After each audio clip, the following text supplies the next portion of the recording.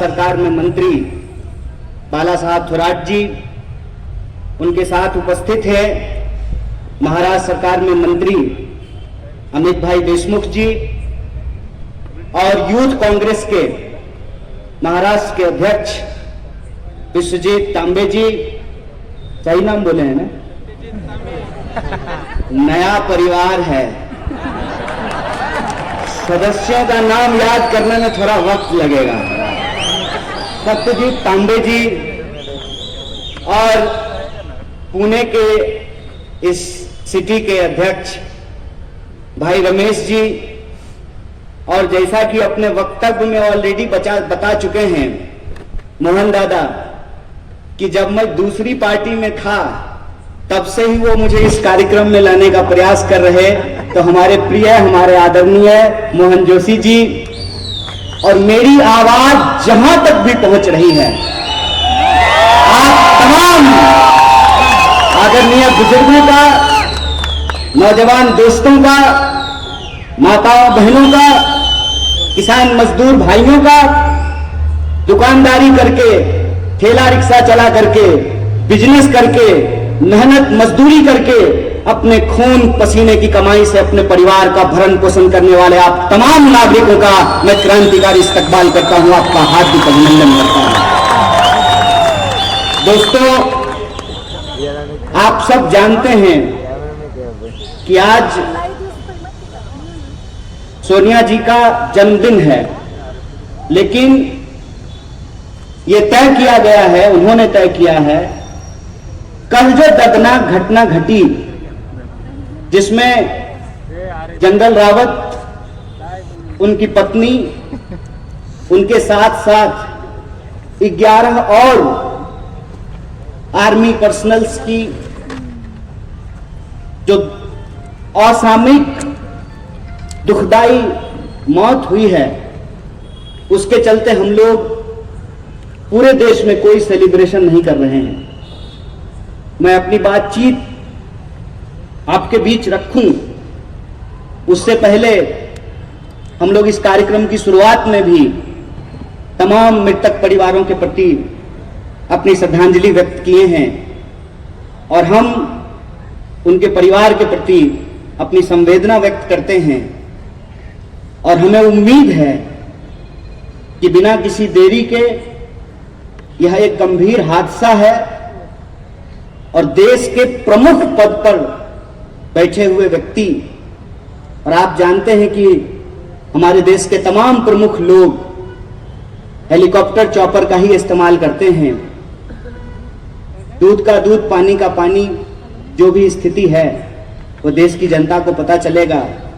लेकिन इस दुख की घड़ी में हम एक जिम्मेदार विपक्ष के तौर पर सरकार के साथ खड़े हैं, परिवार के साथ खड़े हैं और अपनी संवेदना व्यक्त करते हैं। जैसा कि मैंने आपको कहा कि कोई सेलिब्रेशन नहीं होगा, लेकिन ये लोकशाही बचाओ सभा पहले से निर्धारित थी, इसलिए इस कार्यक्रम को पूर्ववत ही रखा गया है। मैं इसमें कुछ बातें आपसे साझा करूं, उससे पहले मैं दिल की कुछ बात आपको कहना चाहता हूं। पहली बात तो ये, इस बार पुणे आकर के कुछ विशेष अच्छा लग रहा है। पिछली बार आए थे तो ऐसा लग रहा था कि अपने ही देश में वीजा लेकर के आए हैं, इतनी सुरक्षा थी। बाल गंधर्व भवन में आना हुआ था, खुले में मंच है, खुले में आप लोग हैं, हम भी खुले दिल से आपसे कुछ बात करना चाहते हैं। इसमें बस बाधा एक है कि मुझे मराठी नहीं आती है, तो मैं आपसे हिंदी में बातचीत करने की इजाजत चाहता हूं, आपका आग्रह चाहता हूं। अभी मैंने कोशिश की थी, एक टीवी के पत्रकार को मैंने मराठी में वो सवाल पूछ रहे थे, मैं हिंदी में जवाब दे रहा था। मुझे मराठी बोलने नहीं आती है, लेकिन समझ में आता है। और जिस तरीके से मैं महाराष्ट्र आता हूं, क्योंकि इस मिट्टी पर, इस भूमि पर आकर एक विशेष प्रकार का गौरव प्राप्त होता है। आपको यह सोच करके ही आपके रोंगटे खड़े हो जाते हैं कि आप पुणे की उस धरती पर खड़े हैं जो धरती छत्रपति शिवाजी महाराज की धरती है। आप उस धरती पर खड़े हैं जहां पर एक से एक वीर और विभूति ने जन्म लिया है। ये गोखले साहब की धरती है, ये तिलक साहब की धरती है। और इस देश में सामाजिक न्याय की कोई लड़ाई, सामाजिक न्याय का कोई इतिहास डॉक्टर बाबा साहब भीमराव अंबेडकर और ज्योतिबा फुले के बिना पूरा नहीं होता है।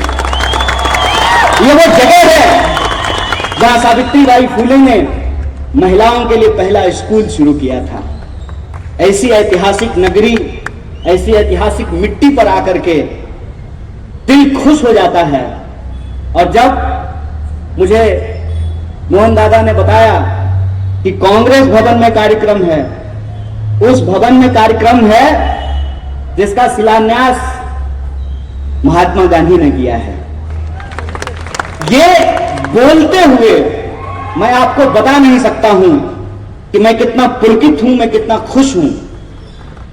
और अगर मैं अपने साल भर के पूरे कार्यक्रम को देखूं, जितना बार बिहार जाता हूं लगभग उतना ही बार महाराष्ट्र भी आ ही जाता हूं। आप सब इतना स्नेह और प्रेम देते हैं, इसके लिए मैं आपका आभार व्यक्त करता हूं। और आज जिस मुद्दे पे हम लोग बातचीत के लिए आए हैं, लोकशाही बचाओ सभा। लोकशाही ऐसा क्या हो गया है भाई कि उसको बचाने का जरूरत पड़ रहा है? यह सवाल अक्सर हमसे हमारे कई भाजपाई मित्र पूछते हैं। भाजपाई लोगों से भी मेरी दोस्ती है, क्योंकि मेरा यह मानना है कि हर बीमार का इलाज करना जरूरी है।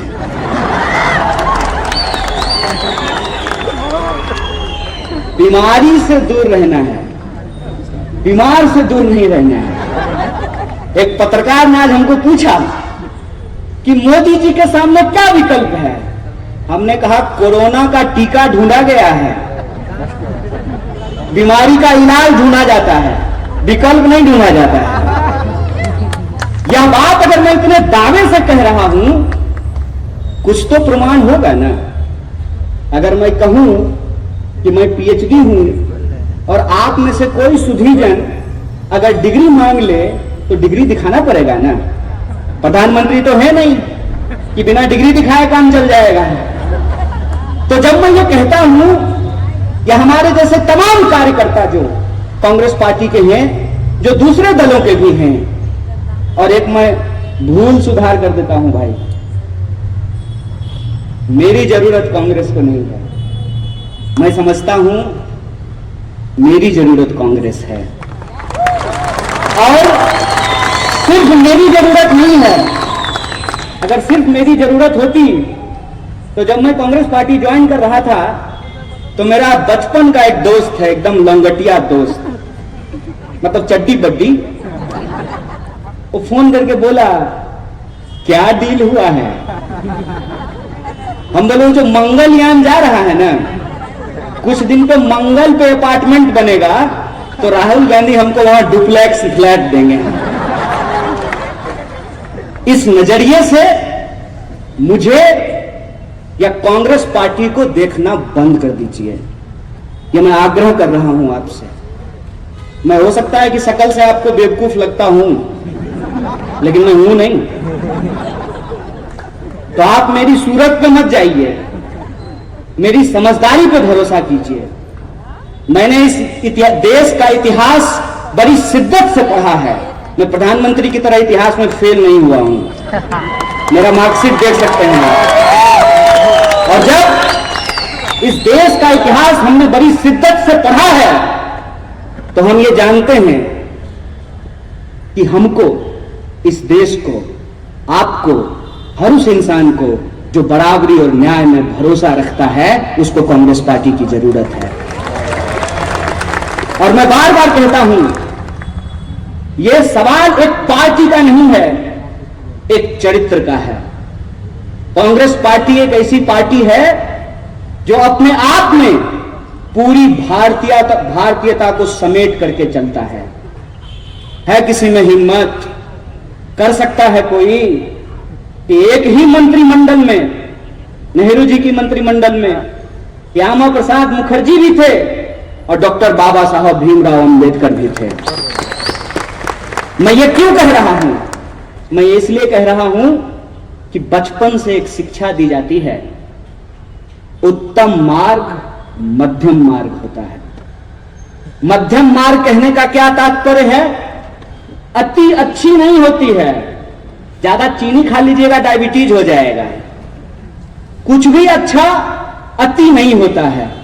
इसीलिए तो वो कहावत है ना, अति का भला ना बरसना, अति की भली ना धूप। अतिवाद अच्छा नहीं होता है और इस देश का स्वभाव ऐसा है कि हमको अतिवाद पसंद नहीं है।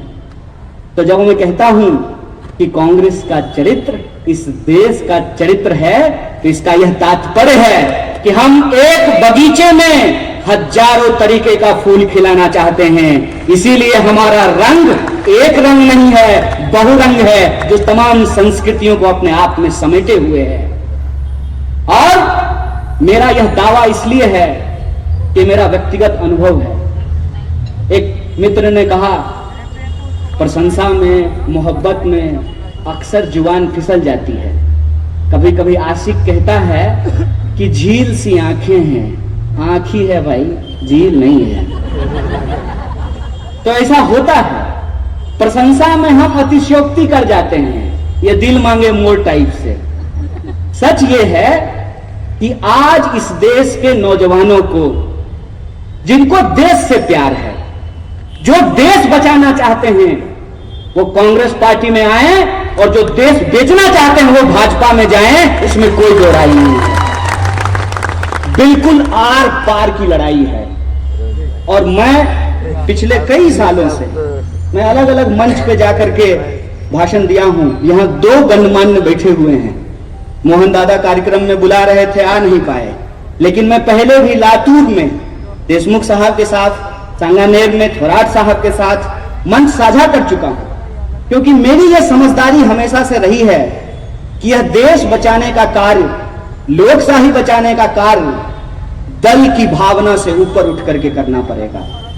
लेकिन जहां तक नेतृत्व का सवाल है, नेतृत्व वही पार्टी कर सकती है जो पार्टी इस देश को समझती हो।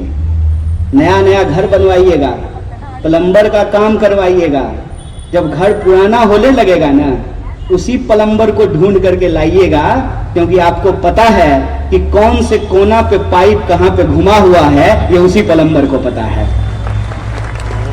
जो इस देश को बनाया है, जिसने इस देश को आजादी दिलाई है, वही इस देश का महत्व समझता है, वही इस देश की आजादी को समझता है। कहते हैं ना, जाके पैर न फटे बिवाई, भूखा जाने पीड़ पड़ाई। जिन्होंने BSNL नहीं बनाया, जिन्होंने रेलवे नहीं बनाया, जिन्होंने एयर इंडिया नहीं बनाया, जिन्होंने LIC नहीं बनाया, उनको 1 सेकंड नहीं लगेगा उसको बेच देने में। लेकिन जो बनाते हैं वो उसको बचाने की कोशिश करते हैं। और आप देखिए कि जब मैं ये दावा कर रहा हूं कि एक तरफ बेचने वाले लोग हैं, दूसरी तरफ बचाने वाले लोग हैं, आंख खोल करके देखिए, टीवी बंद करके देखिए, मोबाइल को ऑफ करके देखिए, अपने निजी जिंदगी में झांक करके देखिए कि आज हमारे जीवन की सच्चाई क्या है। टीवी आपको कुछ और दिखाएगा। तो बस मैं एक बात कह देना चाहता हूं, टीवी पर दिखने वाला हर बात सच नहीं होता है। रात को 12 बजे के बाद ताकत बढ़ाने वाली गोली का जो विज्ञापन आता है, बताइए वो गोली खा करके कितने लोगों का ताकत बढ़ा है। टीवी पे दिखने वाला हर चीज सच नहीं होता है। हेमा मालिनी आकर के कह देंगी केंट देता है शुद्ध पानी, तो उससे पानी शुद्ध हो जाएगा। और तेंदुलकर साहब आकर के कह देंगे ठंडा मतलब कोका कोला, तो कोका कोला ठंडा हो जाएगा। अब फेयर एंड लवली 75 बार मुंह में लगा लेने से भी मुंह गोरा नहीं हो जाएगा। अगर टीवी पर दिखाने वाली ये सारी बातें सच नहीं हैं, तो जब इस देश का एक दरबोला व्यक्ति आधी रात को खड़ा होकर के कुछ भी बकवास करे तो आप ये मत सोचिए कि आपका भला हो रहा है। देश के नाम पर दोस्तों का भला किया जा रहा है, यह बात आपको समझना पड़ेगा। और दोस्त कौन है, मैं उदाहरण देकर के बताता हूं कि दोस्त कौन है। जियो जब आया था तो प्रधानमंत्री जी अखबार में विज्ञापन देकर के धन धनाधन करवा रहे थे, याद है कि नहीं है। और बीएसएनएल के बारे में कहा जाता था भाई साहब नहीं लगेगा। बीएसएनएल क्रिकेट का जब मैच होता था, चौका मारा जाता था तो विज्ञापन आता था कनेक्टिंग इंडिया। कनेक्टिंग इंडिया को ये लोग सेलिंग इंडिया कर दिए हैं, लूटिंग इंडिया कर दिए हैं। और जब जियो आया तो फ्री में बांटा, ले लिए सब लोग। आज जियो कितने में भरवा रहे हैं। बीएसएनएल की याद आती है कि नहीं आती है? आएगी। ये अपने दिमाग में डाल लीजिए कि अगर सरकारी अस्पताल पूरी तरह से बेच दिए जाएंगे, अगर सरकारी सड़कें पूरी तरह से बेच दी जाएगी, सरकारी रेलवे पूरी तरह से बेच दिया जाएगा, तमाम सरकारी संस्थान यदि समाप्त कर दिए जाएंगे तो प्राइवेट सेक्टर भी ठीक से काम नहीं करेगा। मैं प्राइवेट सेक्टर का विरोधी आदमी नहीं हूं, मैं बस सच बोलने की कोशिश कर रहा हूं। मेरा व्यक्तिगत अनुभव यह है कि एम्स अगर होता है ना तभी फोर्टिस उससे कंपटीशन करता है। अगर पुणे यूनिवर्सिटी है तभी प्राइवेट कॉलेज और इंजीनियरिंग के कॉलेज उससे कंपटीशन कर रहे हैं, सिम्बायोसिस उससे कंपटीशन करेगा। ये हकीकत है।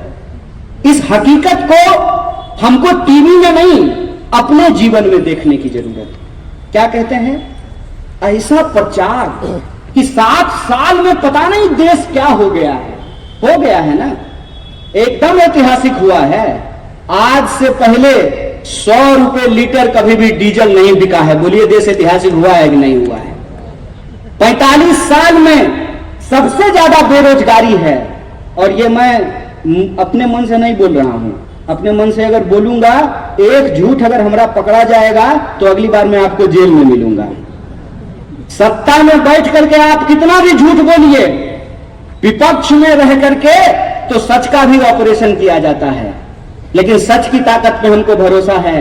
इसीलिए तो हम कहते हैं कि गांधी को मानने वाले इधर आ जाइए, और गांधी की हत्या करने वाले जो लोग हैं वो देश को आज बेच रहे हैं। जिनको देश में भरोसा नहीं है, संविधान में भरोसा नहीं है, वो उस तरफ चले जाइए। यह लड़ाई आर पार की लड़ाई है और इस लड़ाई में अंततः सत्य जीतेगा, ये हमारा भरोसा है। और उसी भरोसे के साथ हम आज इस कंधे को थाम करके खड़ा हुए हैं। निजी जीवन को झांक करके देखिए, महंगाई आसमान छू रही है। डीजल, पेट्रोल, रसोई गैस, इनके कंपटीशन में सरसों तेल भी आ गया है। जब पेट्रोल बोला कि मैं 100 पर खड़ा हूं, चलो दिलदार चलो 100 के पार चलो, तो डीजल कहा कि हम भी 100 के पार हो जाएंगे। तो सरसों का तेल बोला कि क्यों, तुम दोनों मिलकर के 100 हो, हम अकेले 200 के पार चले जाएंगे। सरसों तेल 200 रुपए लीटर बिक रहा है। टमाटर, बाजार में टमाटर देख करके हमको प्रधानमंत्री का लाल लाल गाल याद आ जाता है। खुद मशरूम खा करके मस्त हैं, जनता के बारे में पूछ ही नहीं रहे हैं कि भाई टमाटर 100 रुपए किलो क्यों बिक रहा है। यह आपके जीवन में रोज हो रहा है। मैं अपने मन से डेटा नहीं दे रहा हूं। आपके घर में लड़के लड़कियों ने इंजीनियरिंग किया होगा ना। पहले तो बीएससी करके नौकरी मिल जाता था, अभी तो इंजीनियरिंग करने के बाद नौकरी नहीं मिल रही है। मैं जबरदस्ती गलत बोल रहा हूं क्या? पहले वो लोग इंजीनियरिंग कर रहे थे तो नौकरी मिलनी शुरू हुई। अब इंजीनियरिंग करने के बाद एमबीए भी कर लीजिएगा तब भी नौकरी की गारंटी नहीं है। आपकी गाढ़ी कमाई आप अपने बच्चों के शिक्षा पे खर्च करते हैं। एलकेजी में बच्चा का एडमिशन कराने जाइएगा, अभी तो हमको हुआ नहीं है। ये सब परिस्थिति देख करके मैं बार बार सोचने लगता हूं। एलकेजी में बच्चा का एडमिशन कराने जाइएगा तो माता पिताजी का इंटरव्यू लेता है। अरे भाई, बच्चा पढ़ाना है, माँ बाप को थोड़ी पढ़ना है। और एलकेजी में इतना डोनेशन ले रहा है जैसे एमबीबीएस का एडमिशन दे रहा हो। 5 लाख 4 लाख, ये आपके रोज का जीवन है। और इस रोज के जीवन को छोड़ करके व्हाट्सएप पे जो मैसेज आता है ना, फटाफट 10 लोगों को फॉरवर्ड कीजिए, सारी मनोकामनाएं पूर्ण हो जाएगी। कितना बार फॉरवर्ड किए हैं, कितनी बार मनोकामना पूरी हुई है, विचार करके देखिए। मैं जितनी बातें कह रहा हूं, क्या ये सिर्फ कांग्रेस की बात है? क्या ये सिर्फ एक पार्टी की बात है? आप मुझे सोच करके बताइए, कोरोना आया तो खाली कांग्रेसी लोगों को परेशानी हुआ कि भाजपा के लोगों को भी परेशानी हुई होगी? डेंगू का मच्छर जात पूछ करके काटता है कि नहीं भैया बिहारी है तो काट लेंगे, मराठी है तो नहीं काटेंगे। ऐसा है क्या? देश की जो समस्याएं हैं, उन समस्याओं का निराकरण करना यह सरकार की जिम्मेवारी है। जो सरकार इन समस्याओं का निराकरण ठीक से नहीं करेगी, उस सरकार का हम लोग 5 साल में हिसाब ले लेंगे। इसीलिए हर 5 साल में चुनाव होता है। पूरे के पूरे चुनाव प्रक्रिया को, पूरी की पूरी राजनीति को एक फालतू के बहस में उलझा दिया गया है। फालतू बहस क्या है कि आप सरकार का किसी भी रूप में यदि विरोध कीजिएगा तो आपको विकास विरोधी, हिंदू विरोधी, आर्मी विरोधी और देश विरोधी घोषित कर दिया जाएगा। काहे भाई? प्रधानमंत्री कब से देश हो गए? जब आप मनमोहन सिंह का विरोध कर रहे थे तो आप देश विरोधी नहीं थे, लेकिन हम सचमुच में, अरे तो पढ़े लिखे एक अर्थशास्त्री व्यक्ति थे, प्रयास कर रहे थे देश को आगे ले जाने का। ये तो पूरी तरह से एक्टर है, इसको ऑस्कर मिलना चाहिए। उसका विरोध कर रहे हैं तो वो देश कैसे हो गए हैं? और हम अपनी तरफ से कुछ नहीं बोले हैं, हम आपके नीति और आपकी नीयत को देख करके बोल रहे हैं। हम क्यों कह रहे हैं कि लोकशाही आज खतरे में है? आप सोच करके बताइए। पहले केंद्र में यूपीए की सरकार थी, उससे पहले एनडीए की सरकार थी, आजकल किसकी सरकार है? नहीं घबराइए मत, डर जोर से बोलिए, किसकी सरकार है? तो ये जो है, ये एनडीए यूपीए से एक व्यक्ति के नाम से सरकार कैसे हो गया? इसका अगर आप असली हाल जानना चाहते हैं तो प्राइवेट में कभी गडकरी साहब से मिल लीजिएगा, पक्का पता चल जाएगा, पक्का पता चल जाएगा। मैं बता देता हूं आपको। क्या आपको क्या लगता है ये ऐसे ही हो गया है और इससे इस देश के पॉलिटिकल कल्चर पे कोई प्रभाव नहीं पड़ा है? बिल्कुल पड़ा है।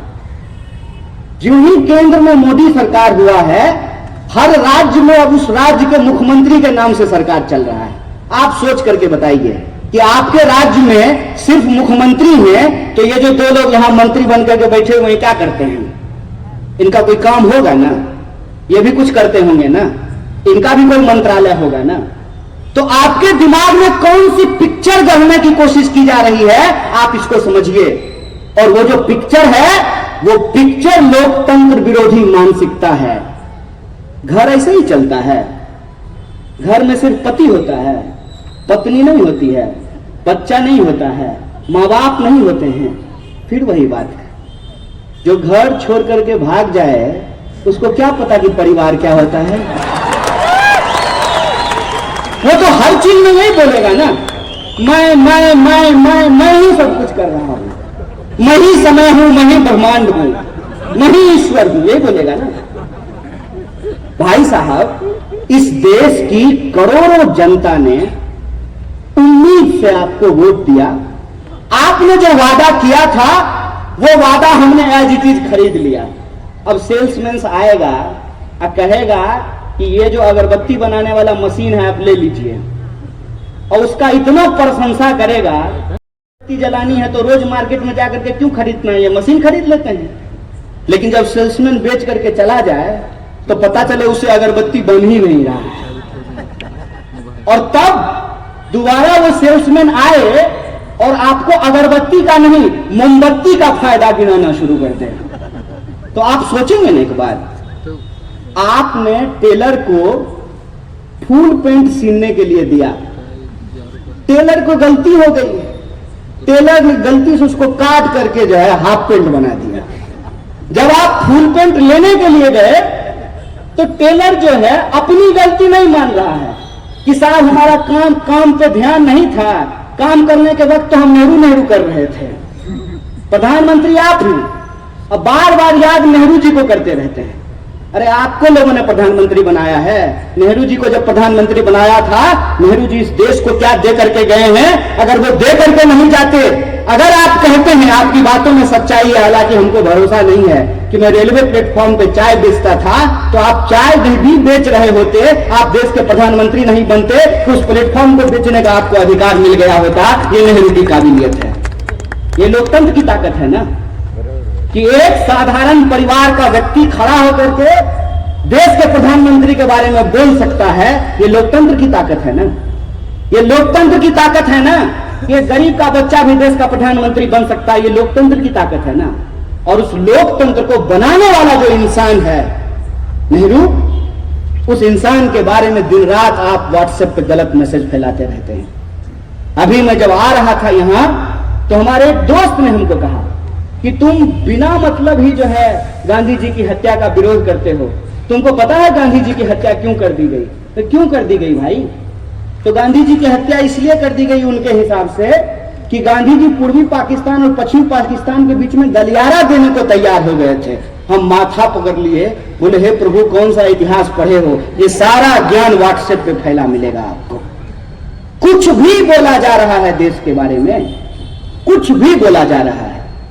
देश के लोगों से बनता है।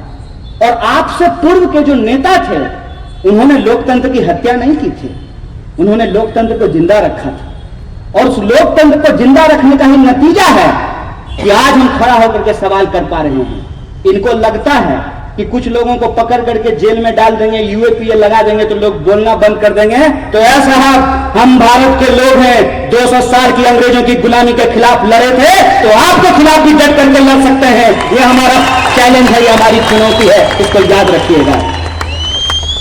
देश के अंदर जो माहौल है, जो परिस्थिति है, उसकी हकीकत हमको समझना पड़ेगा।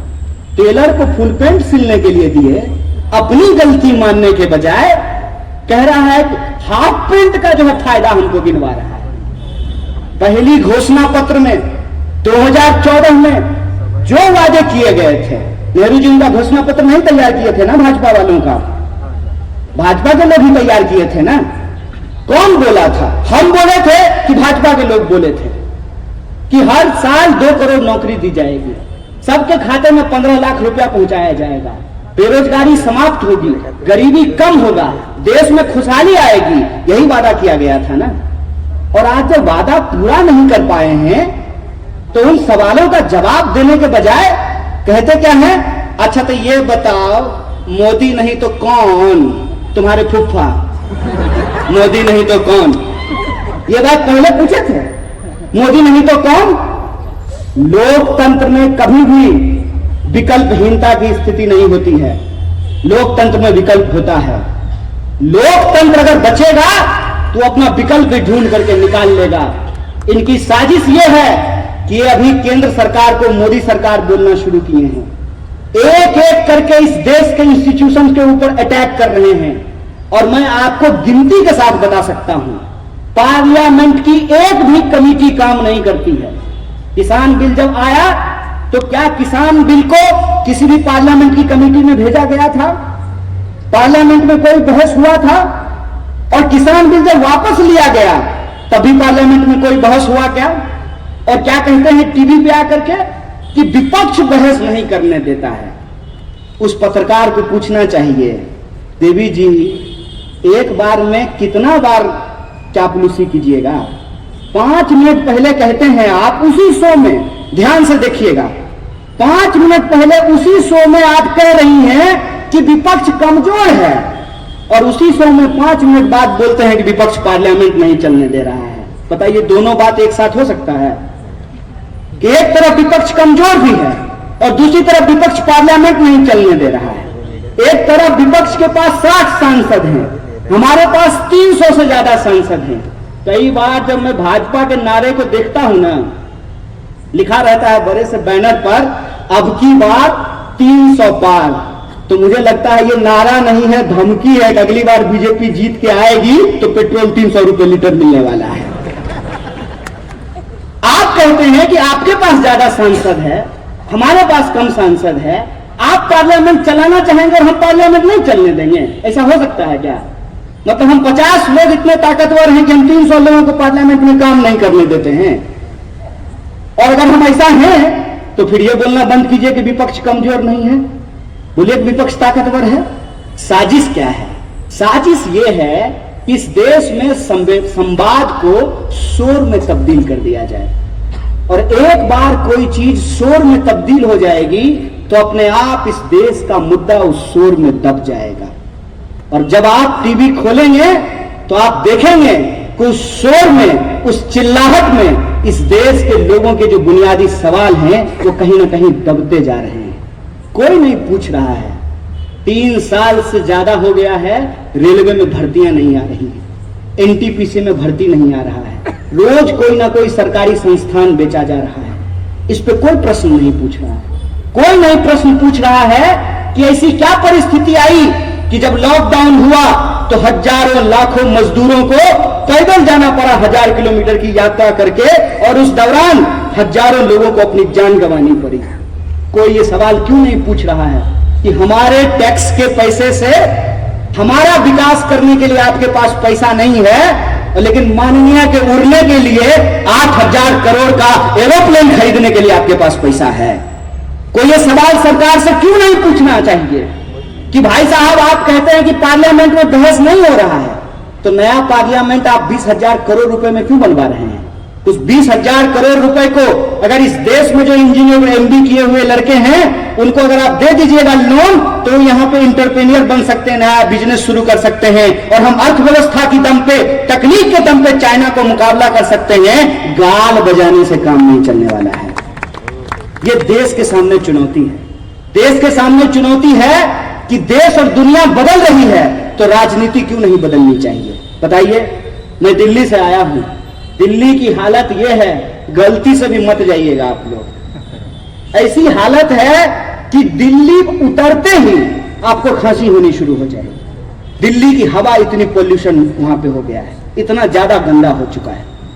आप किसी भी शहर जाकर के देखिए, जो सैनिटेशन का प्रॉब्लम है, जो हेल्थ का प्रॉब्लम है, जो एजुकेशन का प्रॉब्लम है, उसको राजनीति से गायब कर दिया गया है। और इसकी साजिश क्या है? इसकी साजिश यह है कि लोगों के पास जो उनके डेमोक्रेटिक राइट हैं, एक एक करके उसको छीन लिया जाए। तो मैं एक आखिरी बात बोल करके अपनी बात को खत्म करूंगा। ये जिस भवन में हम लोग खड़े हैं, जिस पार्टी का खेस मैंने ओढ़ा है, उस पार्टी का दामन मैंने इसलिए थामा है कि कांग्रेस पार्टी इस देश की ऐसी पार्टी है जो समानता में भरोसा रखती है। और वो समानता में भरोसा यदि नहीं रखती तो क्या गोरा क्या काला, क्या पतला क्या मोटा, सबका वोट बराबर नहीं किया जाता। और सबका वोट यदि बराबर नहीं किया जाता कि नेता कभी भी हेलीकॉप्टर से उतर करके आपकी गंदी बस्तियों में, आपकी झोपड़ियों में वोट मांगने के लिए नहीं आता। संविधान की इस ताकत को समझा जाए, लोगों के इस ताकत को समझा जाए कि अगर संविधान बचेगा, लोकतंत्र बचेगा तो देश बचेगा। देश देश के लोगों से बनता है, और लोगों का जो व्यवहार है, लोगों की जो एकता है, उसको अगर कोई बचा सकती है तो वो कांग्रेस पार्टी बचा सकती है। इस मौके पे आप तमाम कांग्रेस के कार्यकर्ताओं को और वो तमाम आम नागरिक जो इस सभा में आए, उपस्थित हुए, उनको मैं अपना आभार व्यक्त करता हूं। और इस सभा के आयोजक मंडल को अपना धन्यवाद कहते हुए मैं अपनी बात को सब खत्म करता हूं। शुक्रिया। इनकलाब जिंदाबाद। जय हिंद, जय महाराष्ट्र।